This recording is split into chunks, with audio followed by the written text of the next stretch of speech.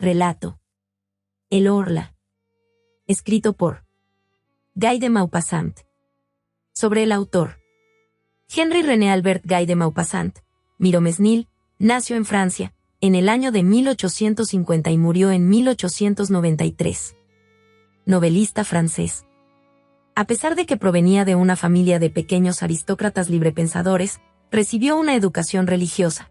En 1868 provocó su expulsión del seminario, en el que había ingresado a los 13 años, y al año siguiente inició en París sus estudios de Derecho, interrumpidos por la Guerra Franco-Prusiana, y que reemprendería en 1871.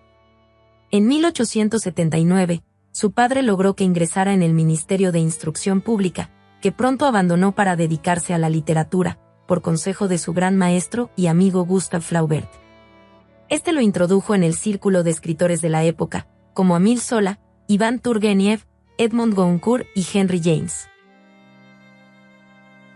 Su primer éxito, que apareció un mes antes de la muerte de Flaubert, fue el célebre cuento Bola de Sebo, recogido en el volumen colectivo Las noches de Medón 1880. El mismo año publicó su libro de poemas, Versos. Afectado durante toda su vida de graves trastornos nerviosos, en 1892, tras un intento de suicidio en Cannes, fue ingresado en el manicomio de París, donde murió, después de 18 meses de agonía, de una parálisis general. Sinopsis. Es un relato corto de terror, publicado originalmente el 23 de octubre de 1882, en el periódico Le Gaulois. El relato, escrito en forma de diario, narra los síntomas y miedos del personaje principal cuando empieza a sentir la presencia de un ser invisible, llamado el Orla, que lo rodea y lo controla. Cada noche, mientras duerme, esta presencia lo invade y bebe su vida. Debido a los sucesos inexplicables, el narrador empieza a cuestionar su propia cordura. El tiempo pasa hasta que un día, en el periódico, encuentra una noticia sobre los habitantes de Sao Paulo, Brasil, quienes han huido de sus casas porque dicen haber sido invadidos por seres invisibles que los controlan en contra de su voluntad. Nuestro personaje se hunde poco a poco en la locura, al intentar idear una forma de deshacerse de la criatura y toma medidas cada vez más drásticas para lograrlo. Incluso llega a decidir que no puede seguir viviendo mientras la criatura esté cerca. Comenzamos. 8 de mayo. ¡Qué hermoso día! He pasado toda la mañana tendido sobre la hierba, delante de mi casa, bajo el enorme plátano que la cubre, la resguarda y le da sombra. Adoro esta región, y me gusta vivir aquí porque he echado raíces aquí, esas raíces profundas y delicadas que unen al hombre con la tierra donde nacieron y murieron sus abuelos, esas raíces que lo unen a lo que se piensa y a lo que se come, a las costumbres como a los alimentos, a los modismos regionales, a la forma de hablar de sus habitantes, a los perfumes de la tierra, de las aldeas y del aire mismo. Adoro la casa donde he crecido. Desde mis ventanas veo el Sena que corre detrás del camino, a lo largo de mi jardín, casi dentro de mi casa, el grande y ancho Sena, cubierto de barcos, en el tramo entre Rouen y el Havre. A lo lejos y a la izquierda, está Rouen, la vasta ciudad de techos azules, con sus numerosas y agudas torres góticas, delicadas o macizas, dominadas por la flecha de hierro de su catedral, y pobladas de campanas que tañen en el aire azul de las mañanas hermosas enviándome su suave y lejano murmullo de hierro, su canto de bronce que me llega con mayor o menor intensidad según que la brisa aumente o disminuya. ¡Qué hermosa mañana! A eso de las 11 pasó frente a mi ventana un largo convoy de navíos arrastrados por un remolcador grande como una mosca, que jadeaba de fatiga lanzando por su chimenea un humo espeso. Después, pasaron 2 goletas inglesas, cuyas rojas banderas flameaban sobre el fondo del cielo, y un soberbio bergantín brasileño, blanco y admirablemente limpio y reluciente. Saludé su paso sin saber por qué, pues sentí placer al contemplarlo. 11 de mayo. Tengo algo de fiebre desde hace algunos días. Me siento dolorido o más bien triste. ¿De dónde vienen esas misteriosas influencias que transforman nuestro bienestar en desaliento y nuestra confianza en angustia? Diríase que el aire invisible, está poblado de lo desconocido, de poderes cuya misteriosa proximidad experimentamos. ¿Por qué al despertarme siento una gran alegría y ganas de cantar? Y luego, sorpresivamente, después de dar un corto paseo por la costa, regreso desolado como si me esperase una desgracia en mi casa. Tal vez una ráfaga fría al rozarme la piel me ha alterado los nervios y ensombrecido el alma. ¿Acaso la forma de las nubes o el color tan variable del día o de las cosas me ha perturbado el pensamiento al pasar por mis ojos? ¿Quién puede saberlo? Todo lo que nos rodea, lo que vemos sin mirar, lo que rozamos inconscientemente, lo que tocamos sin palpar, y lo que encontramos sin reparar en ello, tiene efectos rápidos, sorprendentes e inexplicables sobre nosotros, sobre nuestros órganos, y, por consiguiente, sobre nuestros pensamientos y nuestro corazón. Cuán profundo es el misterio de lo invisible. No podemos explorarlo con nuestros mediocres sentidos, con nuestros ojos que no pueden percibir lo muy grande ni lo muy pequeño, lo muy próximo ni lo muy lejano, los habitantes de una estrella ni los de una gota de agua, con nuestros oídos que nos engañan, transformando las vibraciones del aire en ondas sonoras, como si fueran hadas que convierten milagrosamente en sonido ese movimiento, y que mediante esa metamorfosis hacen surgir la música que transforma en canto la muda agitación de la naturaleza con nuestro olfato, más débil que el del perro con nuestro sentido del gusto, que apenas puede distinguir la edad de un vino. ¿Cuántas cosas descubriríamos a nuestro alrededor si tuviéramos otros órganos que realizaran para nosotros otros milagros? 16 de mayo. Decididamente, estoy enfermo. Y pensar que estaba también el mes pasado. Tengo fiebre, una fiebre atroz, o, mejor dicho, una nerviosidad febril que afecta por igual el alma y el cuerpo. Tengo continuamente la angustiosa sensación de un peligro que me amenaza, la aprensión de una desgracia inminente o de la muerte que se aproxima, el presentimiento suscitado por el comienzo de un mal aún desconocido que germina en la carne y en la sangre. 18 de mayo. Acabo de consultar al médico pues ya no podía dormir.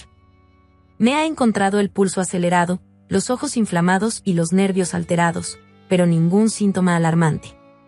Debo darme duchas y tomar bromuro de potasio.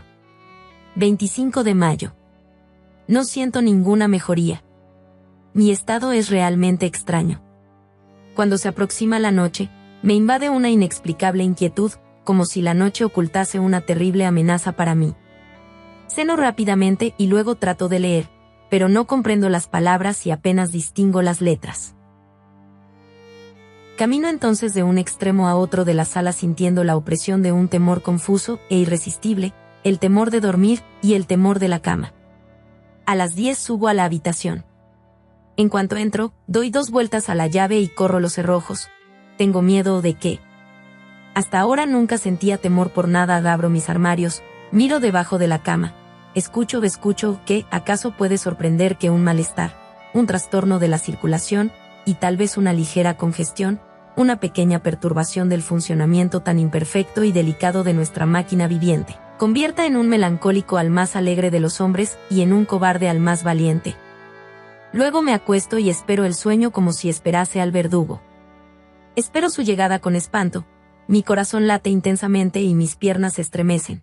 Todo mi cuerpo tiembla en medio del calor de la cama hasta el momento en que caigo bruscamente en el sueño como si me ahogara en un abismo de agua estancada.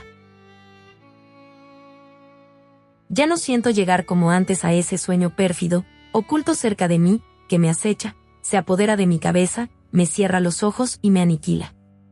Duermo durante 2 o 3 horas, y luego no es un sueño sino una pesadilla lo que se apodera de mí. Sé perfectamente que estoy acostado y que duermo, lo comprendo y lo sé, y siento también que alguien se aproxima, me mira, me toca, sube sobre la cama, se arrodilla sobre mi pecho y tomando mi cuello entre sus manos aprieta y aprieta con todas sus fuerzas para estrangularme. Trato de defenderme, impedido por esa impotencia atroz que nos paraliza en los sueños. Quiero gritar y no puedo. Trato de moverme y no puedo.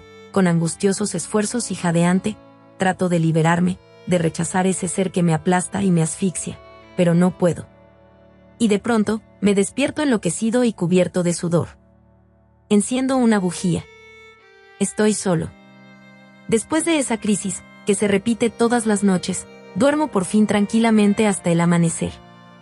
2 de junio. Mi estado se ha agravado. ¿Qué es lo que tengo? El bromuro y las duchas no me producen ningún efecto. Para fatigarme más, a pesar de que ya me sentía cansado, fui a dar un paseo por el bosque de Roumare. En un principio me pareció que el aire suave, ligero y fresco, lleno de aromas de hierbas y hojas, vertía una sangre nueva en mis venas y nuevas energías en mi corazón. Caminé por una gran avenida de casa y después por una estrecha alameda, entre dos filas de árboles desmesuradamente altos que formaban un techo verde y espeso, casi negro, entre el cielo y yo. De pronto sentí un estremecimiento, no de frío sino un extraño temblor angustioso. Apresuré el paso, inquieto por hallarme solo en ese bosque, atemorizado sin razón por el profundo silencio. De improviso, me pareció que me seguían, que alguien marchaba detrás de mí, muy cerca, casi pisándome los talones. Me volví hacia atrás con brusquedad. Estaba solo. Únicamente vi detrás de mí el recto y amplio sendero, vacío, alto, pavorosamente vacío, y del otro lado se extendía también hasta perderse de vista de modo igualmente solitario y atemorizante. Cerré los ojos, ¿por qué? Y me puse a girar sobre un pie como un trompo. Estuve a punto de caer. Abrí los ojos, los árboles bailaban, la tierra flotaba, tuve que sentarme. Después ya no supe por dónde había llegado hasta allí. Qué extraño. Ya no recordaba nada. Tomé hacia la derecha, y llegué a la avenida que me había llevado al centro del bosque. 3 de junio. He pasado una noche horrible. Voy a irme de aquí por algunas semanas. Un viaje breve sin duda me tranquilizará. 2 de julio. Regreso restablecido. El viaje ha sido delicioso. Visité el monte Saint-Michel, que no conocía. Qué hermosa visión se tiene al llegar a Avranches, como llegué yo al caer la tarde. La ciudad se halla sobre una colina. Cuando me llevaron al jardín botánico, situado en un extremo de la población, no pude evitar un grito de admiración. Una extensa bahía se extendía ante mis ojos hasta el horizonte, entre dos costas lejanas que se esfumaban en medio de la bruma, y en el centro de esa inmensa bahía, bajo un dorado cielo despejado, se elevaba un monte extraño, sombrío y puntiagudo en las arenas de la playa. El sol acababa de ocultarse, y en el horizonte aún rojizo se recortaba el perfil de ese fantástico acantilado que lleva en su cima un fantástico monumento. Al amanecer me dirigí hacia allí. El mar estaba bajo como la tarde anterior y a medida que me acercaba veía elevarse gradualmente a la sorprendente abadía. Luego de varias horas de marcha, llegué al enorme bloque de piedra en cuya cima se halla la pequeña población dominada por la gran iglesia. Después de subir por la calle estrecha y empinada, penetré en la más admirable morada gótica construida por Dios en la tierra, vasta como una ciudad, con numerosos recintos de techo bajo, como aplastados por bóvedas y galerías superiores sostenidas por frágiles columnas. Entré en esa gigantesca joya de granito, ligera como un encaje, cubierta de torres, de esbeltos torreones, a los cuales se sube por intrincadas escaleras, que destacan en el cielo azul del día y negro de la noche sus extrañas cúpulas erizadas de quimeras, diablos, animales fantásticos y flores monstruosas, unidas entre sí por finos arcos labrados. Cuando llegué a la cumbre, dije al monje que me acompañaba, que bien se debe estar aquí, padre. Es un lugar muy ventoso, señor, me respondió. Y nos pusimos a conversar mientras mirábamos subir el mar, que avanzaba sobre la playa y parecía cubrirla con una coraza de acero. El monje me refirió historias, todas las viejas historias del lugar, leyendas, muchas leyendas. Una de ellas me impresionó mucho. Los nacidos en el monte aseguran que de noche se oyen voces en la playa y después se perciben los balidos de dos cabras, una de voz fuerte y la otra de voz débil. Los incrédulos afirman que son los graznidos de las aves marinas que se asemejan a balidos o a quejas humanas, pero los pescadores rezagados juran haber encontrado merodeando por las dunas, entre dos mareas y alrededor de la pequeña población tan alejada del mundo, a un viejo pastor cuya cabeza nunca pudieron ver por llevarla cubierta con su capa, y delante de él marchan un macho cabrío con rostro de hombre y una cabra con rostro de mujer. Ambos tienen largos cabellos blancos y hablan sin cesar. Discuten en una lengua desconocida, interrumpiéndose de pronto para balar con todas sus fuerzas. ¿Cree usted en eso?, pregunté al monje. No sé, me contestó. Yo proseguí. Si existieran en la tierra otros seres diferentes de nosotros, los conoceríamos desde hace mucho tiempo, ¿Cómo es posible que no los hayamos visto usted ni yo? ¿Acaso vemos? Me respondió la 100.000ª parte de lo que existe. Observe por ejemplo el viento, que es la fuerza más poderosa de la naturaleza. El viento, que derriba hombres y edificios, que arranca de cuajo los árboles y levanta montañas de agua en el mar, que destruye los acantilados y que arroja contra ellos a las grandes naves. El viento que mata, silba, gime y ruge. ¿Acaso lo ha visto alguna vez? ¿Acaso lo puede ver? Y sin embargo existe. Ante este sencillo razonamiento opté por callarme. Este hombre podía ser un sabio o tal vez un tonto. No podía afirmarlo con certeza, pero me llamé a silencio. Con mucha frecuencia había pensado en lo que me dijo. 3 de julio. Dormí mal. Evidentemente, hay una influencia febril, pues mi cochero sufre del mismo mal que yo. Ayer, al regresar, observé su extraña palidez. Le pregunté, ¿qué tiene, Jan? Ya no puedo descansar. Mis noches desgastan mis días. Desde la partida del señor parece que padezco una especie de hechizo. Los demás criados están bien, pero temo que me vuelvan las crisis. 4 de julio. Decididamente, las crisis vuelven a empezar. Vuelvo a tener las mismas pesadillas. Anoche sentí que alguien se inclinaba sobre mí y con su boca sobre la mía, bebía mi vida. Sí, la bebía con la misma avidez que una sanguijuela. Luego se incorporó saciado, y yo me desperté tan extenuado y aniquilado, que apenas podía moverme. Si eso se prolonga durante algunos días volveré a ausentarme. 5 de julio. ¿He perdido la razón? Lo que pasó, lo que vi anoche, es tan extraño que cuando pienso en ello pierdo la cabeza.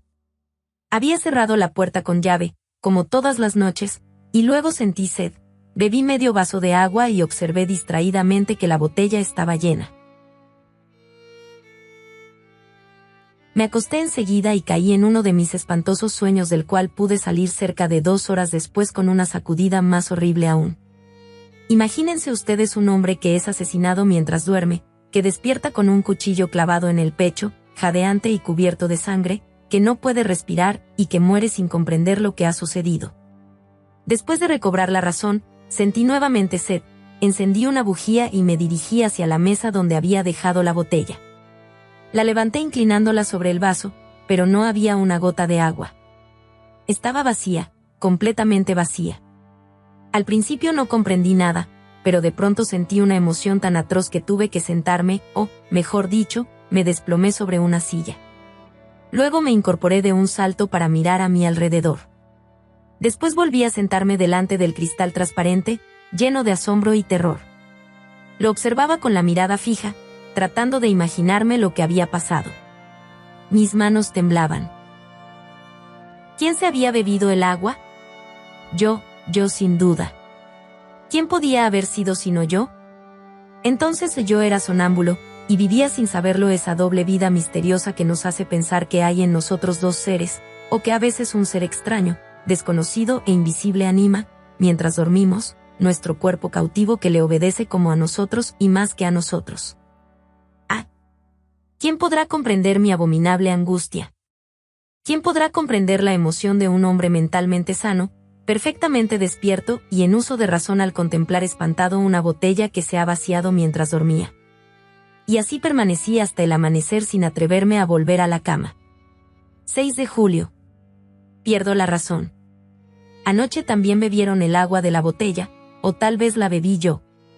10 de julio. Acabo de hacer sorprendentes comprobaciones. Decididamente estoy loco. Y sin embargo, el 6 de julio, antes de acostarme puse sobre la mesa vino, leche, agua, pan y fresas. ¿Han bebido o he bebido toda el agua y un poco de leche? No han tocado el vino, ni el pan ni las fresas. El I de julio he repetido la prueba con idénticos resultados. El 8 de julio suprimí el agua y la leche, y no han tocado nada. Por último, el Q de julio puse sobre la mesa solamente el agua y la leche, teniendo especial cuidado de envolver las botellas con lienzos de muselina blanca y de atar los tapones. Luego me froté con grafito los labios, la barba y las manos y me acosté. Un sueño irresistible se apoderó de mí, seguido poco después por el atroz despertar. No me había movido, ni siquiera mis sábanas estaban manchadas. Corrí hacia la mesa. Los lienzos que envolvían las botellas seguían limpios e inmaculados. Desaté los tapones, palpitante de emoción. Se habían bebido toda el agua y toda la leche. ¡Ah! Dios mío. Partiré inmediatamente hacia París. 12 de julio. París. Estos últimos días había perdido la cabeza. Tal vez he sido juguete de mi enervada imaginación, salvo que yo sea realmente sonámbulo o que haya sufrido una de esas influencias comprobadas, pero hasta ahora inexplicables, que se llaman sugestiones. De todos modos, mi extravío rayaba en la demencia, y han bastado 24 horas en París para recobrar la cordura. Ayer, después de paseos y visitas, que me han renovado y vivificado el alma, terminé el día en el Théâtre Francais. Representábase una pieza de Alejandro Dumas hijo. Este autor vivaz y pujante ha terminado de curarme. Es evidente que la soledad resulta peligrosa para las mentes que piensan demasiado.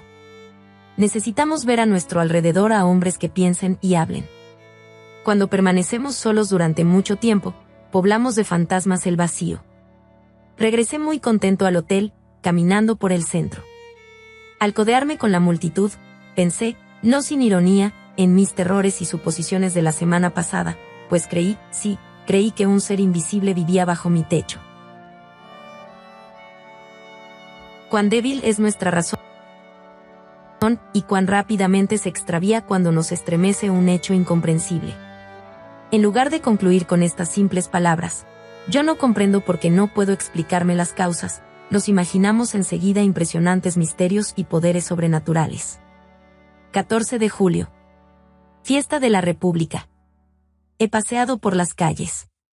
Los cohetes y banderas me divirtieron como a un niño. Sin embargo, me parece una tontería ponerse contento un día determinado por decreto del gobierno. El pueblo es un rebaño de imbéciles, a veces tonto y paciente, y otras, feroz y rebelde. Se le dice, diviértete. Y se divierte. Se le dice, ve a combatir con tu vecino. Y va a combatir. Se le dice, vota por el emperador. Y vota por el emperador. Después, vota por la República. Y vota por la República. Los que lo dirigen son igualmente tontos, pero en lugar de obedecer a hombres se atienen a principios, que por lo mismo que son principios solo pueden ser necios, estériles y falsos, es decir, ideas consideradas ciertas e inmutables, tan luego en este mundo donde nada es seguro y donde la luz y el sonido son ilusorios. 16 de julio. Ayer he visto cosas que me preocuparon mucho. Cené en casa de mi prima, la señora Sablé, casada con el jefe del regimiento y 6 de cazadores de Limoges. Conocí allí a 2 señoras jóvenes, casada una de ellas con el doctor Perent, que se dedica intensamente al estudio de las enfermedades nerviosas y de los fenómenos extraordinarios que hoy dan origen a las experiencias sobre hipnotismo y sugestión. Nos refirió detalladamente los prodigiosos resultados obtenidos por los sabios ingleses y por los médicos de la escuela de Nancy. Los hechos que expuso me parecieron tan extraños que manifesté mi incredulidad. Estamos a punto de descubrir uno de los más importantes secretos de la naturaleza, decía el doctor Perent, es decir, uno de sus más importantes secretos aquí en la Tierra, puesto que hay evidentemente otros secretos importantes en las estrellas. Desde que el hombre piensa, desde que aprendió a expresar y a escribir su pensamiento, se siente tocado por un misterio impenetrable para sus sentidos groseros e imperfectos, y trata de suplir la impotencia de dichos sentidos mediante el esfuerzo de su inteligencia. Cuando la inteligencia permanecía aún en un estado rudimentario, la obsesión de los fenómenos invisibles adquiría formas comúnmente terroríficas. De ahí las creencias populares en lo sobrenatural. Las leyendas de las almas en pena, las hadas, los gnomos y los aparecidos. Me atrevería a mencionar incluso la leyenda de Dios, pues nuestras concepciones del artífice creador de cualquier religión son las invenciones más mediocres, estúpidas e inaceptables que pueden salir de la mente atemorizada de los hombres. Nada es más cierto que este pensamiento de Voltaire: Dios ha hecho al hombre a su imagen y semejanza, pero el hombre también ha procedido así con él. Pero desde hace algo más de un siglo, parece percibirse algo nuevo. Mesmer y algunos otros nos señalan un nuevo camino y efectivamente, sobre todo desde hace 4 o 5 años, se han obtenido sorprendentes resultados. Mi prima, también muy incrédula, sonreía. El doctor Perent le dijo, ¿quiere que la hipnotice, señora? Sí, me parece bien. Ella se sentó en un sillón y él comenzó a mirarla fijamente.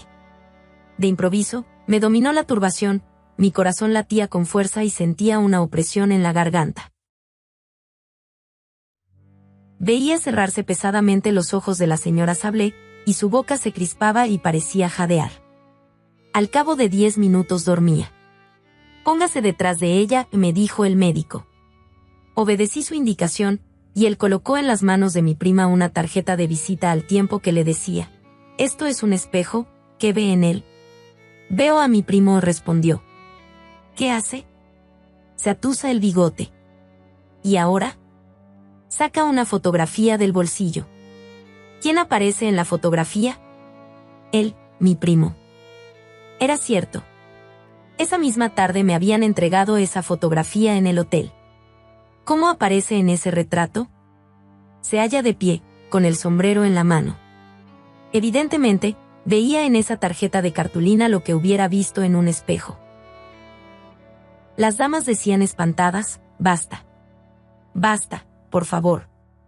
Pero el médico ordenó, «Usted se levantará mañana a las 8, luego irá a ver a su primo al hotel donde se aloja, y le pedirá que le preste los 5.000 francos que le pide su esposo y que le reclamará cuando regrese de su próximo viaje».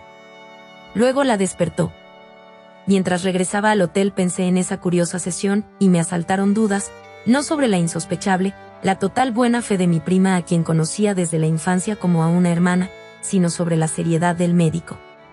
No escondería en su mano un espejo que mostraba a la joven dormida, al mismo tiempo que la tarjeta. Los prestidigitadores profesionales hacen cosas semejantes. No bien regresé, me acosté. Pero a las 8:30 de la mañana me despertó mi sirviente y me dijo, «La señora Sablé quiere hablar inmediatamente con el señor». Me vestí deprisa y la hice pasar. Sentóse muy turbada y me dijo sin levantar la mirada ni quitarse el velo, «Querido primo, tengo que pedirle un gran favor». «¿De qué se trata, prima?» «Me cuesta mucho decirlo, pero no tengo más remedio. Necesito urgentemente 5.000 francos». «¿Pero cómo? ¿Tan luego usted?» «Sí, yo, o mejor dicho mi esposo, que me ha encargado conseguirlos». Me quedé tan asombrado que apenas podía balbucear mis respuestas. Pensaba que ella y el doctor Perent se estaba burlando de mí, y que eso podía ser una mera farsa preparada de antemano y representada a la perfección. Pero todas mis dudas se disiparon cuando la observé con atención. Temblaba de angustia. Evidentemente esta gestión le resultaba muy penosa y advertí que apenas podía reprimir el llanto. Sabía que era muy rica y le dije, «¿Cómo es posible que su esposo no disponga de 5.000 francos?» Reflexione. ¿Está segura de que le ha encargado pedírmelos a mí? Vaciló durante algunos segundos como si le costara mucho recordar, y luego respondió, «Sí, estoy segura». ¿Le ha escrito? Vaciló otra vez y volvió a pensar. Advertí el penoso esfuerzo de su mente. No sabía. Solo recordaba que debía pedirme ese préstamo para su esposo. Por consiguiente, se decidió a mentir. Sí, me escribió. ¿Cuándo? Ayer no me dijo nada. Recibí su carta esta mañana. ¿Puede enseñármela? No, contenía cosas íntimas demasiado personales, y la he quemado. Así que su marido tiene deudas. Vaciló una vez más y luego murmuró, «No lo sé». Bruscamente le dije, «Pero en este momento, querida prima, no dispongo de 5.000 francos». Dio una especie de grito de desesperación, «¡Ay! Por favor. Se lo ruego. Trate de conseguirlos». Exaltada, unía sus manos como si se tratara de un ruego. Su voz cambió de tono, lloraba murmurando cosas ininteligibles, molesta y dominada por la orden irresistible que había recibido. «Ay. Le suplico si supiera cómo sufro o los necesito para hoy». Sentí piedad por ella. «Los tendrá de cualquier manera». se lo prometo. Oh. Gracias, gracias. Qué bondadoso es usted. ¿Recuerda lo que pasó anoche en su casa? Le pregunté entonces. Sí. ¿Recuerda que el doctor Perent la hipnotizó? Sí. Pues bien, fue él quien le ordenó venir esta mañana a pedirme 5.000 francos, y en este momento usted obedece a su sugestión. Reflexionó durante algunos instantes y luego respondió, pero es mi esposo quien me los pide. Durante 1 hora traté infructuosamente de convencerla. Cuando se fue, corrí a casa del doctor Perent. Me dijo, ¿se ha convencido ahora? Sí, no hay más remedio que creer. Vamos a ver a su prima. Cuando llegamos dormitaba en un sofá, rendida por el cansancio. El médico le tomó el pulso, la miró durante algún tiempo con una mano extendida hacia sus ojos que la joven cerró debido al influjo irresistible del poder magnético. Cuando se durmió, el doctor Perent le dijo, su esposo no necesita los 5.000 francos. Por lo tanto, usted debe olvidar que ha rogado a su primo para que se los preste, y si le habla de eso, usted no comprenderá. Luego le despertó. Entonces saqué mi billetera. Aquí tiene, querida prima. Lo que me pidió esta mañana. Se mostró tan sorprendida que no me atreví a insistir. Traté, sin embargo, de refrescar su memoria, pero negó todo enfáticamente, creyendo que me burlaba, y poco faltó para que se enojase. Acabo de regresar. La experiencia me ha impresionado tanto que no he podido almorzar.